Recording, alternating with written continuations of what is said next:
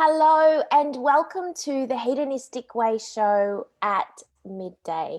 I am Renee Main and I am really excited to have these gorgeous women with me today because we are going to talk about something that we all experience, and I really wanted to share our personal experiences, but also that at the level of a third level priestess. So joining me today is the beautiful Bree and Eleni and Karen. We are all sisters from the Institute for Intuitive Intelligence. So I really wanted to have a panel discussion around this to offer a variety of perspectives and just something that will resonate with all of us. So what is shame and what is cancel culture? And there's so many of us that experience this truth that is bubbling away inside all of us, and when we express our truth, the ripple effect of that, so that can come from religion, that can come from family, from friends, from spiritual beliefs, it can come from multiple different forms, and then it's ultimately coming down to what it does within us and that shame and the ripple effect that that can have, and us having the courage to actually standing strong in our truth. So let's just start it off by, let's share a story. If I can ask you guys, Bree, I'm kind of, my eyes are flicking over to you. So let's start off by asking, let me ask you, what is an experience where you have experienced shame or questioned yourself when you've come out and shared this truth that's alive within you, and you haven't got the response that you thought that you would? I find this topic so interesting because I feel like it can happen on a really big scale, but it also happens on a really small scale, and it happens every day in our lives.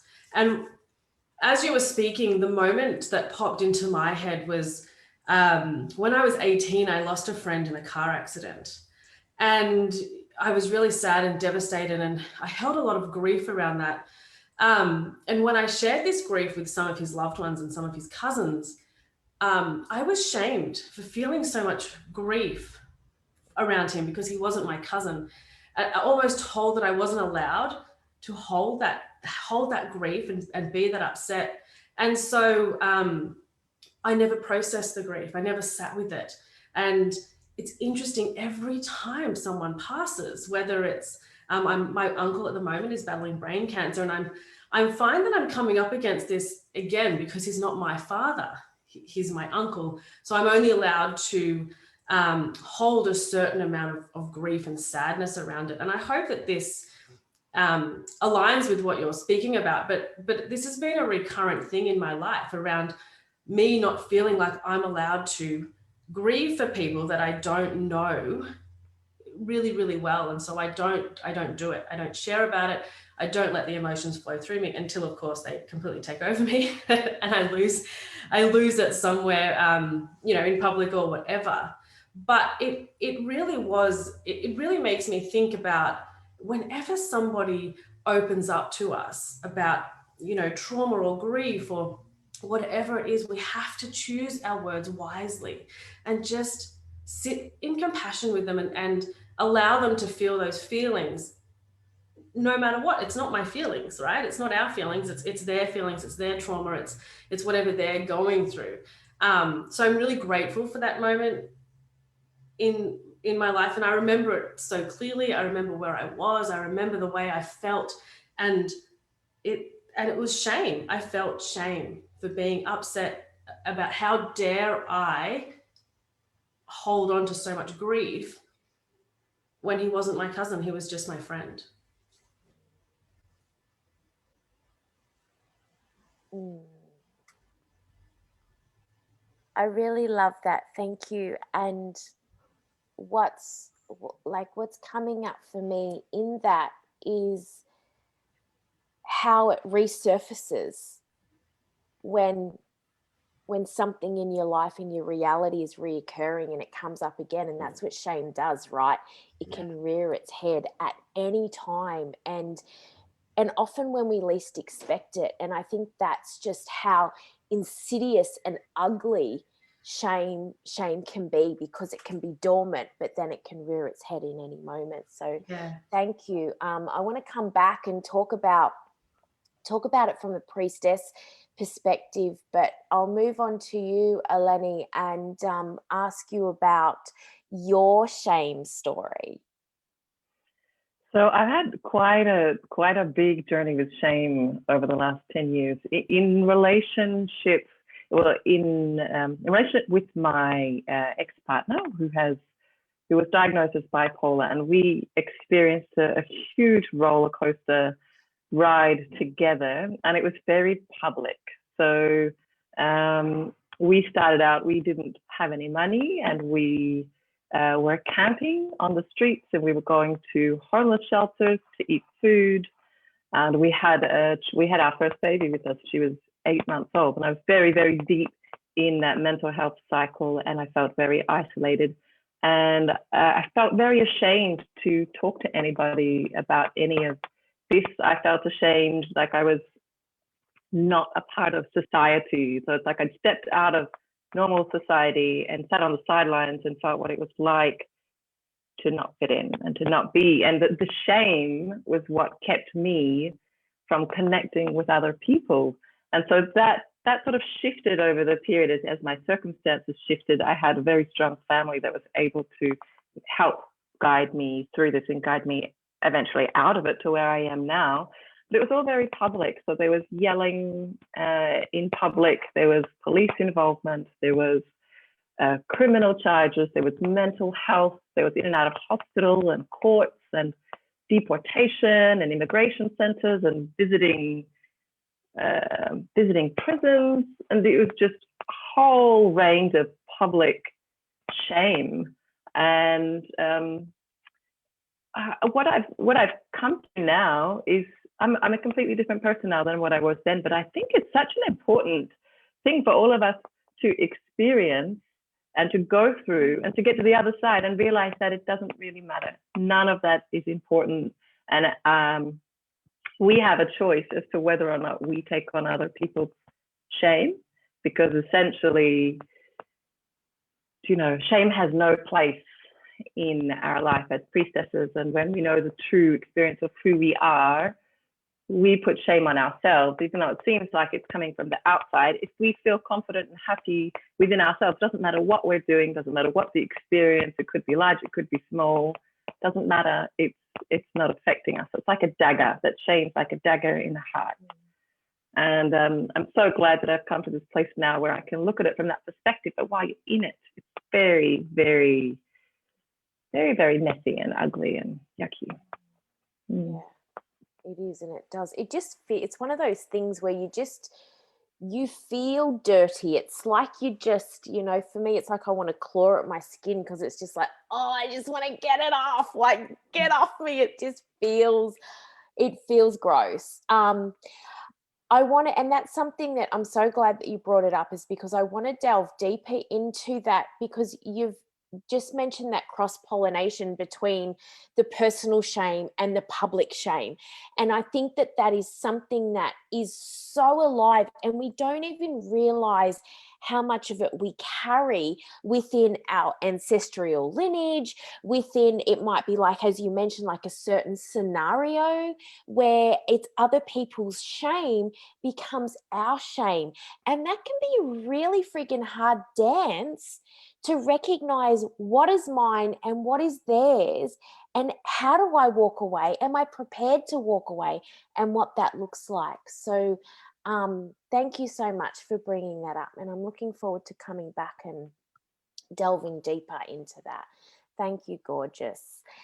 Karen, I know you have a super duper shame story. Yes, I do. I am friends with shame. I am actually friends with shame now.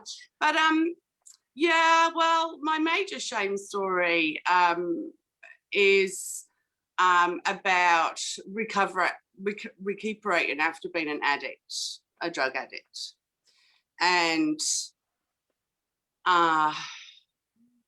the shame is, or was brought on by myself, but it was also brought on by who I considered to be my closest friends at the time. And I think that they wanted me to crumble in a heap and to beg everybody for forgiveness multiple times, like literally beat myself with a branch. And at the time I refused to run with that. But of course, what I want and what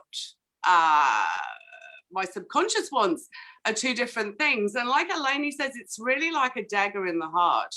It's something that is very hard to remove, and it will, and it did keep me contained. It kept me housebound.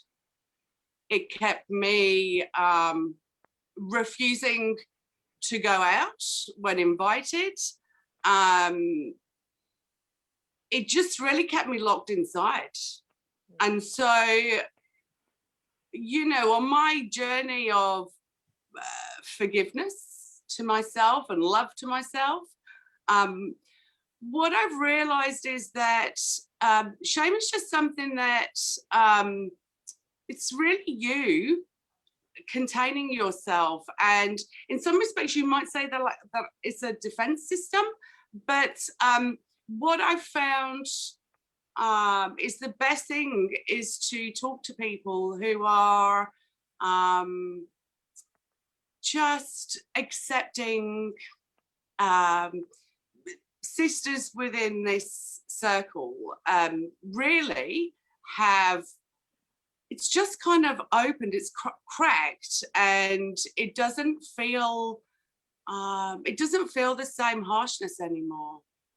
And I guess there'll be times in my life when I do something maybe I'm not proud of and it might rear its ugly head, but I actually feel that sharing my story and being listened to by people who are compassionate people, who are non-judgmental, and who are aware that they're also working on themselves, and we're all a work in progress. That's what's helped me to release it, because it's been deep shame, as you can imagine. Deep shame for operating a business when I wasn't in my best mode. Shame for my family, having to listen to my anger and frustration and sadness. And yeah, shame about expressing it. But you know, this is my turning point this year, and it's time to express it. And that's why I'm here today, because it's like, hey, let's all talk about this, and let's talk about it with people that are not going to judge us, and that will help us to release this from our heart. So that's my jam. What comes up for me is you spoke about, like, you know, being locked in and locked away. I think probably both physically and emotionally, like trapped, you know, so I really got that when you spoke. But also as well, what come up for me was that realization that, is it with shame that I'm trying to like formulate it in my head a little bit as I speak. Can we feel bogged down and weighted down by it when we haven't yet claimed it? So like, you know, does that then free us up when we claim it and go, this is my fucking story, like this is my experience with it, and I own it? Then are you able to then move through it? Like, was that your experience? Yeah. The first time that I spoke about it, I felt like I'd taken a layer off. And then, of course, the more that I delve into it, and I've spoken to it within the third level. And it felt like, yeah, you're slowly pulling that dagger out of the heart. Like it's actually, I used to feel a numbness in there. Yeah. It was just, there was part of me that was just completely closed off and numb. And, you know, you talking that you're going to do this presentation, and I'm like, yes. And all of a sudden, I felt another layer just shift off my body. So, yeah, I love it. It's all about sharing your story. Yeah, absolutely. And you said that, you know, you began to like feel free, and, you know, and how shame became your friend. What did shame feel like for you before, and what does it feel like now? Shame before just felt completely constricting, completely shut down. Yeah.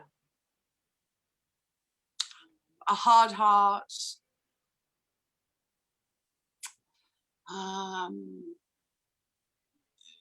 Just not wanting to see people.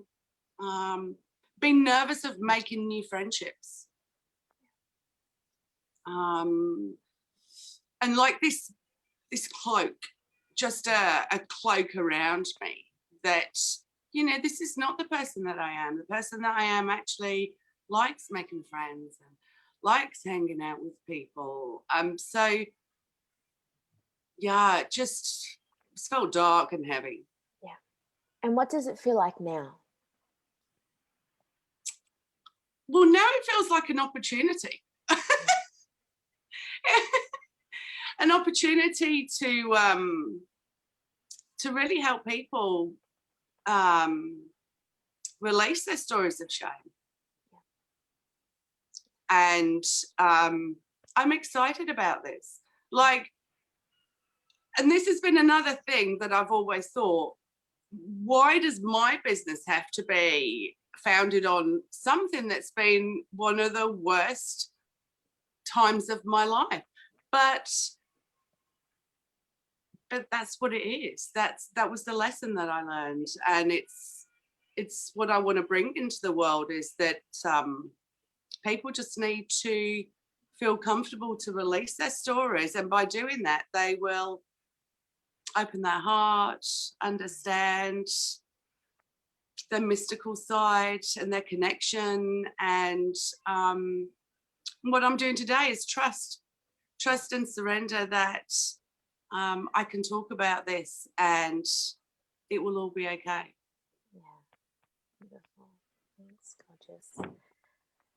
Bree,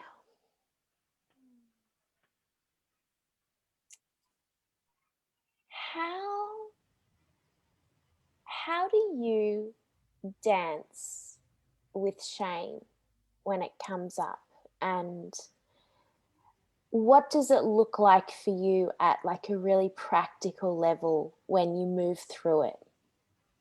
Yeah, so I've been sitting here really thinking about shame, and you know, for me, my story, I feel like, is a lot, it talks about the subtle forms of shame that happen to us all the time, and it really feels for me that it's linked to expectation. So the expectations that I feel others have of me to, you know, to behave in a certain way, to parent in a certain way.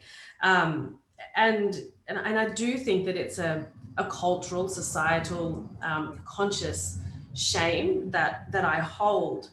And, you know, the way I dance with it, and the way I used to dance with it, is that I would do the same as what Eleni and Karen said, and I would retreat from the world. I wouldn't speak up. You know, if I saw somebody else being shamed for whatever it was, for their body, for something that they said, I would retreat. Whereas now, I just simply remain curious about it. Yeah. You know, so whatever it is that someone says to me, I'm like, oh, why do I feel this way about that? Why do I feel that I'm not worthy of a voice around there? And I love what Karen said, because our service is our medicine, right? whatever we've gone through in our lives, it becomes our medicine, it becomes our service. And mine is all around worth. Yeah. And it just ties in so much with shame. And I never realized that until today, to be honest. Yeah. Because I didn't feel as though I was worthy of grieving for that young man, Adam. You know, I feel like I've had a really blessed life, and I'm not worthy of shame. And that's actually pretty difficult for me to say, that, you know, my life hasn't been fucked up enough for me, I hope I can say that word, for me to feel a lot of shame. And that comes down to self-worth. And that's like a backwards way of saying I'm not good enough. Yeah. I'm not good enough to express these small subtle shames that I feel every day. Yeah.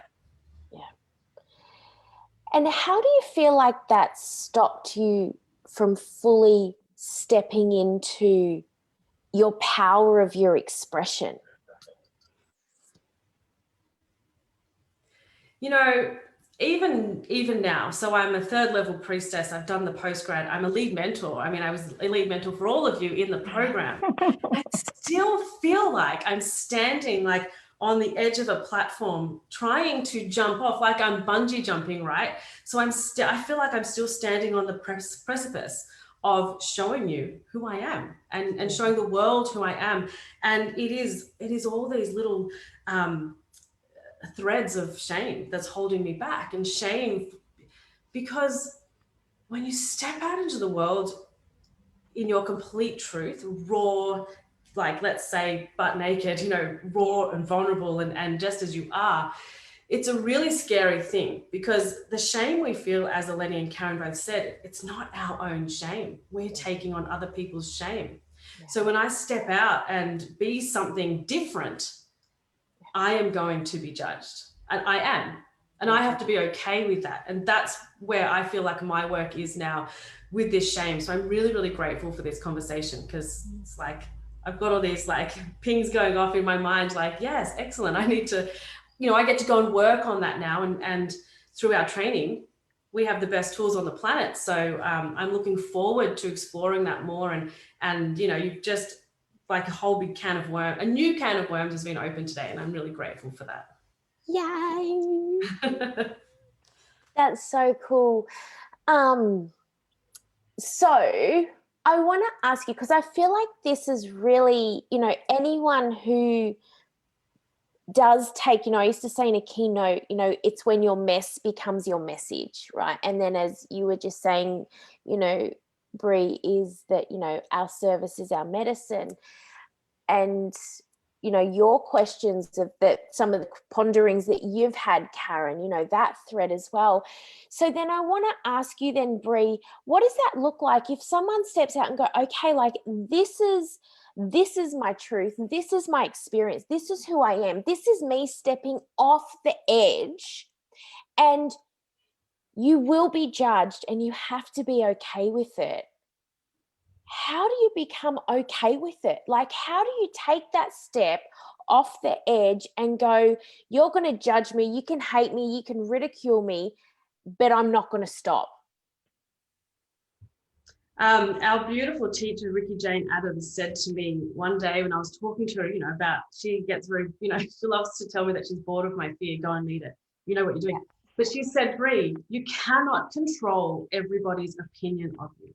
You cannot control their opinions of you. And that's really stuck with me, because we try and control everyone's opinions of us. Yeah. That's why we don't speak our truth. That's why we hide behind, and we're all hiding behind masks. We all have many. And so every day I say 2 things to myself. I choose to love myself every day. I tell myself I choose to love you every day. And I choose to let go of other people's opinions of me every day. And it's not always easy, because you know what it's like sometimes when you look in the mirror in the morning. But by using that word choose, it's like, okay, I'm choosing to love myself. It doesn't mean that I do, that I have to, that I'm lying to myself. It's my choice to love me just in all my gloriousness in the morning. And it's the same with choosing to let go of other people's opinions of me, because I can't control it. And it's exhausting trying, right? So they're the two things that I actually do for myself every morning. And I feel like after doing that, I've been doing this for a little while now, it's working. Yay. Like I'm starting to like reap the fruits of that, if that's even a saying. Like I'm starting to really notice that when I look at myself in the mirror in the morning, sometimes I see a completely different person in a good way. So yeah, and just that constant reminder. I cannot control what you think of me. I can't control what anybody thinks of me. I can only control me. Yeah. And what if it was some of your closest family members or friends? Well, they're always our biggest teachers, aren't they? And they're the opinions that matter the most. Yeah. They really are. And so that's actually is where my work is. And, you know, the more you meet it, the bigger the message, right? So sometimes really big things happen. And I have been able to stay in that curious, open mind about family members' comments, their actions, and that is actually extremely liberating. So instead of sinking back into the hurt, oh, how dare you say that to me, or how dare you, one of my favorite things is you made me feel like that. No, I make myself feel with however I want. So it's harder when it's someone close to you and you know, they should just be nice to you, but they're not. They're your biggest teachers. And I always love to remember that. Like they're in my life. They're my biggest teachers for good and bad. Yeah. Or not that anything's bad, but you know, for what I perceive to be good and bad. Yeah, exactly. Yeah. And that's it. And then, you know, I can't help but think that then, is it just ultimately what we deem as how we expect them to respond? And if it hurts a little, then that's a really bad, you know, is it then just our perception of what's good or what's bad? And I wonder, well, okay, if we can just put all that down and surrender it to go, however they respond is absolutely perfect. Because for me, what's really coming up underneath all of this in all of these beautiful sharings is the more we reclaim it, or the more we own it, then it doesn't matter what anyone else says, because you've got that deep trust. So you've got that ownership where you can go, well, I don't care, you know. So and for me, that comes down to worth. Yeah. And that's what I love about the wild woman, and that's why she's such a big part of my work. And originally I thought she was like, you know, crazy and wild and stuff, but that's not true. The wild woman is the ultimate intuitive woman, because she knows herself, she knows her worth. And knowing your worth is our biggest superpower, because our intuition and everything, we have none of it without our worth. Exactly. Yeah. That's it. And that can be scary, and that's, I think, is a big step. You know, and in my work, we in the temple, in the internship, we met the wild woman last week. And it's like my favorite week. And because, and that's like, it is like, I reckon it's probably the archetype that is the scariest for us to meet, because we're like, who the fuck is she? Like, how wild is wild? What am I going to be confronted with? What am I going to do? And like, how messy is this going to get? So can I handle myself as that powerful being? Because that wild woman to me lies beneath all of the bullshit that we've fed ourselves, that we've been fed. And she is just that raw, powerful truth of self-worth. Yeah. Beautiful. Thanks, gorgeous. Pleasure. Lenny, let's pick up on where we left off with you, with public opinion or public shame and personal shame. What is the correlation there? What is the meeting point? how do you sit with it? How do you tell the difference between it? How do you navigate that space? The deeper and deeper that I go into myself, lately in particular, I'm coming to really know the experience that we are actually all one. So there is really, when we get to that deepest level, there isn't really a difference between my shame and your shame. And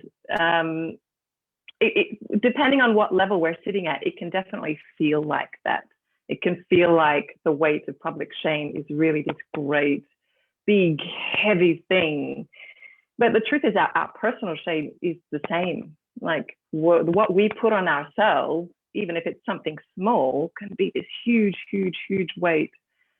And, I really love what Brie was saying about, we don't have control over what anyone else thinks or does. And at this level, when I get really, really to the deepest level, and I know that we're all one, it becomes about forgiveness, and it becomes about forgiving everybody for exactly the way they're at, even if their actions seem to harm me. And this goes for myself as well. Even if my actions seem to harm me, they're not actually real. It's not the forgiveness, well, I can forgive them because they did these things and I'm a good person, I can just forget about it. It's the forgiveness that it never actually happened, because this world is a dream. And so the knowing that, like by reading it in a book, is so much different to actually experiencing that. What does it actually feel like to let go of the idea that these people did something wrong to me, that these people shamed me, or these people made me feel in a bad way? If I could just know that that's not true and let it all go, just let it all go, and forgive them and forgive myself. And the freedom, like you were talking to Karen, what does it feel like afterwards? It feels free. It feels liberating. It feels incredible. You're unlocking yourself. This is what real freedom is: the freedom to do and say how you feel in alignment with your real true self, and not caring about what anyone else says, not caring about if people are going to shame you, because ultimately they're already forgiven. Nothing's actually happening here. And that feels good now from this level where I'm at. But when you're up, when you're not operating at that level, and we still see ourselves as being separate, it can really feel like this big crushing divide. And I can only say, it's very, very difficult until you go into your subconscious to identify what is yours and what's others. So if you're not doing that work, it can feel very hard. So, yeah. I want to ask you then, you spoke about shame and mental illness before, and I feel like those two are very heavily linked and intertwined. I almost feel like you can't have mental illness and not feel shame. It feels very, very connected. And the same as religion, as well. If someone has the desire to go and do this thing that's outside the conforms and the structures of what they know, that it takes a certain amount of self-agency and sovereignty to be able to go, okay, I'm going to do this, and everyone else is going to feel all of these things. And yet, can I actually leave these parameters anyway? So, what do you have on that? What comes up for you? Well, mental illness is such a hugely linked to shame, as you said. It's people don't know how to deal with mental illness. They don't know, we as a society don't really understand what it is and how to treat somebody who's different from us, who cannot conform to societal rules, because that's what it is that we have these rules of society, and people who are neurodivergent, who have different mental illnesses, just cannot fit in with those rules. And so I think the shame really comes from confusion. This is not understanding what to do, how to treat these people. Do we treat them in a criminal way, which is what often happens when, when mental illness gets to a certain level, which obviously doesn't work. I think probably a lot of people in prisons have some sort of mental illness. But what else do we do? The medical system is not really much better, So I think the shame and the mental illness comes a lot from not knowing what to do, not knowing what to do with people who are different or who don't fit in.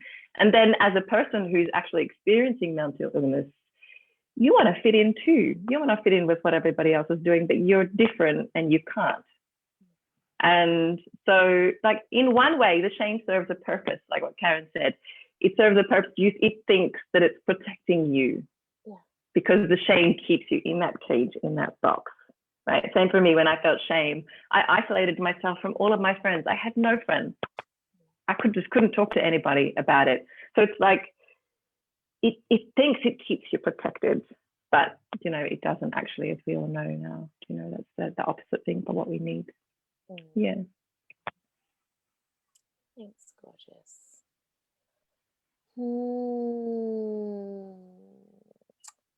Karen, I want to head over to you again, and I want to ask you about, if we put ourselves in, we're talking about as us feeling shame and knowing that, yes, we've all experienced shame, but why are we so quick? And when I say we as a society, if someone does something that's outside the norm and the parameters of what's comfortable to us, why are we so quick to just wipe our hands and dismiss that person, that behavior, that thing, and to go and walk away, or get angry and step into rage? Why does that have such a reaction? I don't know. There's a pondering, isn't it, really? Mm. I think it's people's fear. In some respects, I think people, as a society, we're highly judgmental of people. Yeah. And often you find that the people that are judgmental have their own shit going on, right? So it's like, if I judge this person, then maybe I can keep my own shit undercover. Yeah, I guess if you've contained your own stuff, and then when people start opening up, it's an uncomfortable feeling and it makes people react in certain ways. And fear tends to be the driver from it all, really, whether it's fear of somebody telling you off when you were a kid or whatever, or and just this society things of you're going to be excluded, you're not worth anything here, which is completely untrue, right? In fact, it's worth a lot. It's worth a lot of gold. And I agree, with mental health and shame, it's absolutely there. I've had a couple of mental moments in my life, and I also had an eating disorder when I was in my 20s. And even to this day, so I'm now 52, so 30 years on, my mum still refuses to discuss it.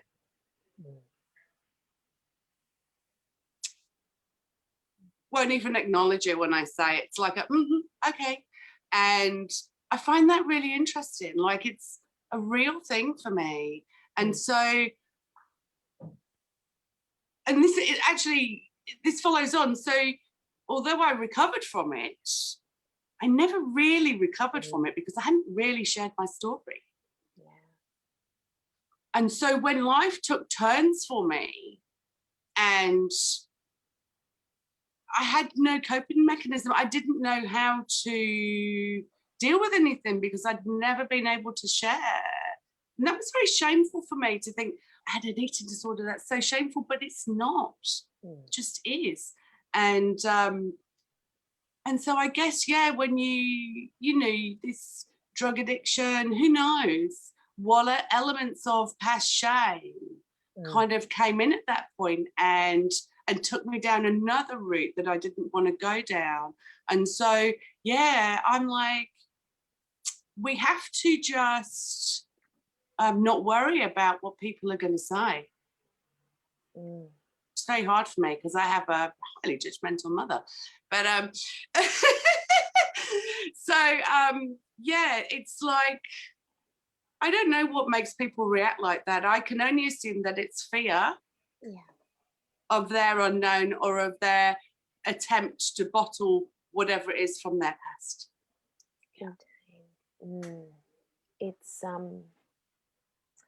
I think as well, you know, when you talk about mother, and I've been dancing with, you know, the mother wound the last couple of weeks and thinking about it. And what comes up for me is like there's the journey that we have with our mothers, I feel like, is so unique. And there can be so much judgment. There can be so many expectations, them on us and us on them as well. And so, you know, what comes up for me then is like, you know, I know for my mum, it was more so like when I stepped outside the box of, you know, of doing anything, and I'm constantly just, you know, doing what she would go, what the fuck are you doing, Renee? Like, are you mad? But she would, you know, it was also like then there was a point where we went through, and what come up for her was if I go out and I say, talk about our abusive background and how, you know, and how she was physically abused by her partner and us as well, does that make her a bad mother? Like it was very much of like I don't want people to think that I was a bad mother. And then, you know, so, because, you know, then ultimately is that then and I'm just really thinking out loud now, is like, then it's like, what does this mean for me? You know, so if someone speaks their truth or they do that thing or whatever it is, and then the receiver automatically goes, how does this change my world? What does this mean for me? Like, yeah, that's what comes up for me in that. I listened to, because I thought I can't like do a show about shame and not re-listen to Brene Brown's shame TEDx talk. So I re-listened to it yesterday in preparation for today, and something that really just jumped out at me was how she talks about shame and how shame and guilt are very much tied together. And so, but guilt can serve a purpose, because guilt can be, okay, you know, I've done something wrong, right? And shame is, I am wrong. Guilt is, I made a mistake. Shame is, I am the mistake. And so that for me was like, like it just, it deeply resonated. For me that. But I want to ask you then, and maybe we'll switch back to you, Bree. Let's talk about it from, I feel like there's something underneath there. So feel free, if something's coming through for you guys that you really feel drawn to say, then please do. But I want to look at it from a priestess and a mystic perspective now, just, you know, as you know, we're not closing just yet, but I would really love to give people a real understanding of how as a priestess and how as a mystic we would address this, we would tackle this. What does it mean for us? And if you have anything that you really feel called to say, then please just honor that, what's coming through for you as well. So Bree. What I love about our training is that we're taught from the very first day that we step into that program, from A Course in Miracles, and it's just jumped out of my head. But we don't know why we're afraid. What's the actual saying? It's completely gone out of my head. I say it all the time. Or we're never afraid for the reason that we think we are. We're never afraid for the reason we think we are.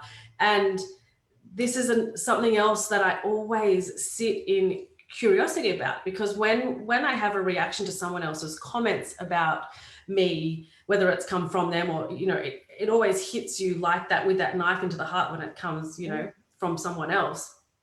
But what's deeper than that? And even just while you're driving along or doing the dishes or whatever, is just going, okay, why did that person's comments, or why did this affect me so deeply? What's going on here? And just inviting the deeper layers to show themselves. And of course, you can do this through, you know, the micro method or the tapping or the processes that we're taught. But you can also just do it while you're doing everyday mundane things, so that you can see that actually it's not because of the way I look, or because my business is doing great, or because of this or because of that. It's actually because I don't think that I'm worth this, or, you know. So I think like that is how you can tackle anything that happens, any even any negative thought that you thought about yourself. Like, why don't I think that my body is good enough? Because I live in a world that has told me that unless I look like this, unless I have, you know, a six pack and this and that, then I'm not worthy. But the change in the world, it starts with you. Like, it starts with me. It starts with the single person. That's how we can break free of the shame around mental illness, you know, the shame around our bodies, the shame around getting older, you know, or like we have shame around every single facet of your life. You're holding on to shame, no matter who you are. So we just make the commitment every day to go, all right, let's tackle this shame. Let's see what is deeper than that. And, you know, if you're not trained in the work that we do, it's simply asking the question, oh, that really affects me. What's deeper than that? Why did that comment affect me? And just let the layers show themselves to you, because they will. A couple of things come up for me then. Is then the shame that we're feeling, ultimately, is it that it's just ridiculous rules and expectations that we're trying to adhere to that is causing our shame? Yeah. I'll just jump in. Oh, sorry. No, sorry, Bree. You jump in. Something just popped up when you were talking, Bree, about exactly what you're talking about. From my perspective, I feel like the shame is about needing something from somebody else. When I go down into the deep level, that deepest level, I think, I wanted this person's support. I wanted something from this person, and this person is not giving it to me.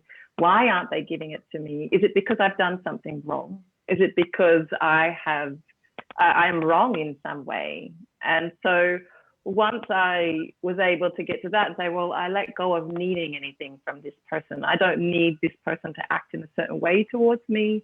I don't need this person to feel in a certain way. And I can let it go, because I know that I actually have everything that I need. And it's not dependent on one person here or one person there or anybody. Everybody is free to do and be whoever they are in that moment, and they're doing the best that they can. And then my heart suddenly becomes free. And then I don't need anything from them. You know, it's this delicate balance between understanding that we need people and that we don't need people. You know, it's this delicate balance. So I just wanted to jump in and say that, and for that question. I love that. Use that prompt as an inquiry point to dig deeper, rather than just reflecting and projecting back to them. Like, so just going, like, for me, what come up is like, you know, in my terms, in my world, like I'd be like, what am I actually really desiring right now? You know, what am I hungering for? Yeah, cool. Thank you. Bree, did you have anything that you wanted to add on to that? Yeah, just we live in a validation seeking world, like, or a validation driven world. Yeah. And so when we don't get the approval and the validation, we've measured our worth on that. Our worth literally hangs in the balance of approval and validation. And so when we don't get it, we don't feel good about ourselves. And so it's breaking that addiction. And I love that Karen talks about addictions and food, because we're addicted to needing validation. And when we don't get that, you know, that the addictions don't go away, they just morph into different types of addictions. And we don't recognize that addictions aren't just alcohol and drugs. It's food, it's approval, it's so much more than that. And when that is like a big can of worms to open up in your life, when you want to go and when you think, I don't have any addictions, like, you're lying to yourself. You know, you are. Social media, phones, like, they feed our addictions. And so, you know, and a lot of shame comes around addictions. And you've got to get honest with yourself. Like, if you want to meet your shame, your fear, your addictions, the bullshit that holds you back from yourself, you've got to go there. You have to get fierce. And, you know, you can't always do it on your own. That's why, I mean, how lucky are we? Because we have a sisterhood of support. But, you know, you need somebody who's going to hold that container for you. I have a mentor, you know, who holds that container for me so that I feel safe to go deep and really, really go there. That's where the transformation is. It's not up here in the layers that we're comfortable with. It's going there, like, to the heart of the problem. Yeah. Absolutely. I agree. And that's, you know, and I say all the time is that if it doesn't feel edgy, then like all creation is on the other side of our comfort zone. Like if you're creating in a way that feels like really safe and like, yeah, okay, this feels good, then I don't reckon you're not going deep enough. Like there's more. There's more. You're hungrier. You're actually desiring so much more. So I really get that. I do want to ask, and maybe Karen, I'll throw it over to you, but again, if anyone else has anything that comes up, then please do. I want to ask, you know, in the spirituality industry, and I'm just laughing even just saying that because it just feels like, I don't know, a little bit of a wank, really.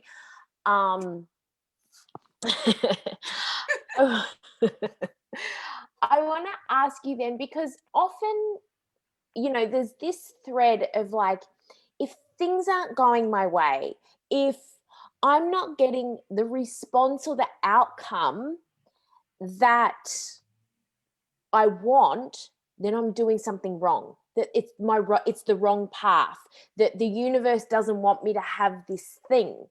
So then people will go, okay, like I'm coming out and I'm speaking my truth and I'm reclaiming my addiction and my shame and everything else. Then there could be a reaction that we don't expect. So then or it feels a little bit uncomfortable. And then people are like going, yeah, okay, they're on the edge. And they've done that jump off of it, but then they're going, oh, hang on a minute, I'm just going to retract and step back from that edge because maybe I shouldn't actually do that thing. So what have you got to say on that, Karen?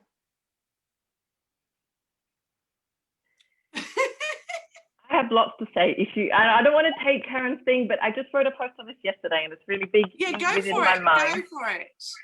Because I started Brooke's money healing course on Friday, and over a course of 24 hours, I set my intention. I wanted to receive a certain amount of money in a certain amount of time, and I was like, all right, I'm going to let go of all these blocks to whatever it is that's stopping me from receiving. And so over the course of 24 hours, I went boom, boom, boom, down through all the layers And the last layer was about spirituality and God and money. You know, those three nice topics, which we have a lot of shame around. It's like, if I love money, if I want to get money, then it's going to block my connection to God, right? God's not going to love me if I want money. But you know, that's entirely false. So I let go of that, because money is neutral with how we use it. It's what we do with it.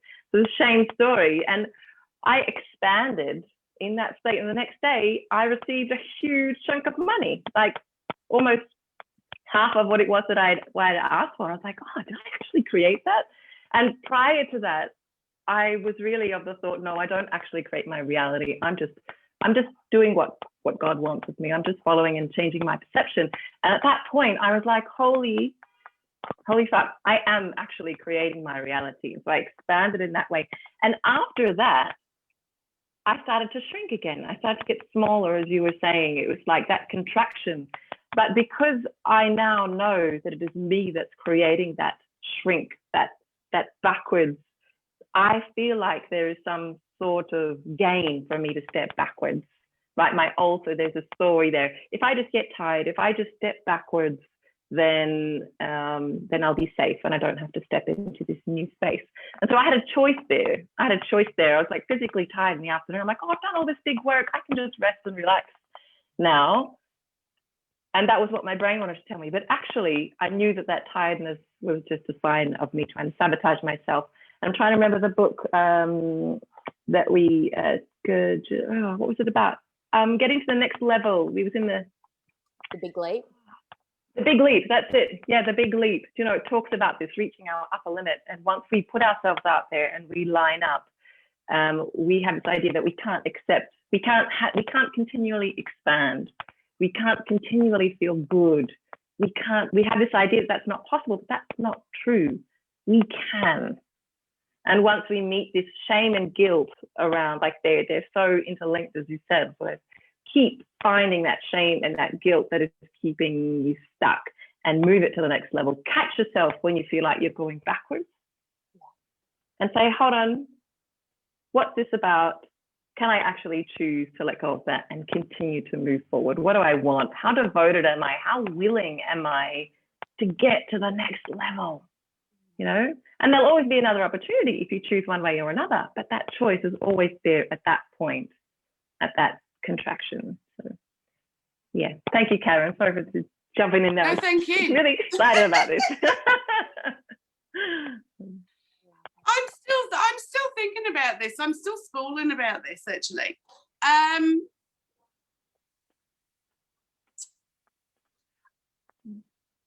Maybe I want to talk about something else that I've noticed. So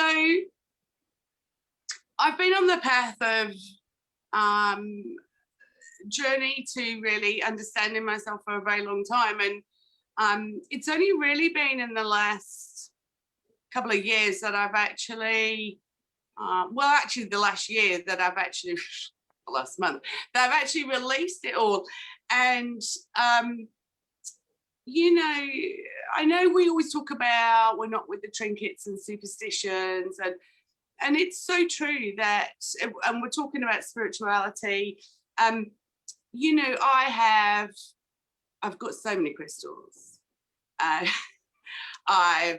had many readings. I've studied Reiki, and I just didn't want to go forward with that. And I think that the reason I didn't want to go forward with that is because it always felt like I was going to take away somebody else's power. Like I'm doing it for them. And actually what I know now is because that doesn't work. And so what does work, and the only thing that works literally is going there, is just digging deeper. Like that's it. And so that's what I'm coming up with when we talk about spirituality. And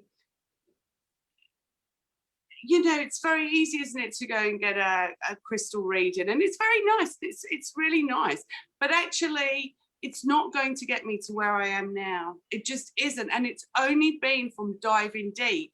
And maybe not everybody does that in the field that we're in.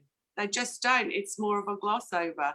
And so, when I'm thinking about the previous question of being the priestess and the mystic, for me, it's been about forgiving myself and allowing myself time for my devotion, but also what Bree said, which is just digging deeper. What's under this? What's under this? And what's under this for me so far, because I'm still a work in progress, is abandonment. And so, you know, but I never would have got there. I never would have found that if I'd let somebody else do that for me. And so from my side of things, yeah, I expand and I contract every time because and maybe that is elements of my shame that do that. Like, yes, I can do this, and oh, no, I'm going to have to take a step back for a few days because, wow, that was quite big. But I believe in what a lady's saying, which is, let's just keep expanding. It's just going to feel very potent and very powerful, but actually we're all very capable of doing this. And, but let's see what happens to me in the next 24 hours, whether I go into my little hole again. But I believe this, like I feel it's so passionate for me that I feel like this, you know, it's taken a very long time for me to get to this. And I'm like, you just need to go there. Like, let's just throw everything else away and let's just understand that. And let's just send out love for everybody's stories. Like, really, let's just send out these ways of gratitude to hear people's stories and know that they will open us up to even more questions, right? Yeah. So that's my answer in a garbled way, sorry. No, thank you. It's perfect. Thank you. Glorious women. We have to close up now, but I really want to just say thank you and just say that, you know, for me, some of the words that have repeated throughout today was really about choice, you know, choice and worth and having compassion and forgiveness for self and others. Yeah. I think is such a beautiful way to start. And don't, if you're finding yourself on that edge and questioning that edge, is that it's not permission to stop. It's not a sign to stop.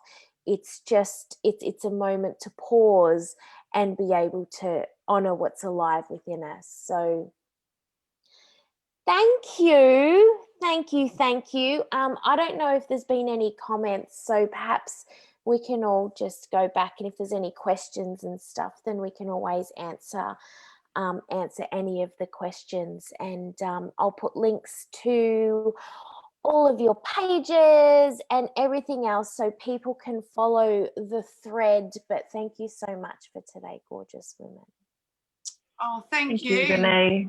Thank you, Renee, for this tremendous topic. It's like, it's the heart of everything. Let's clear this. Yes, let's clear this. Thanks, everybody. Thank you.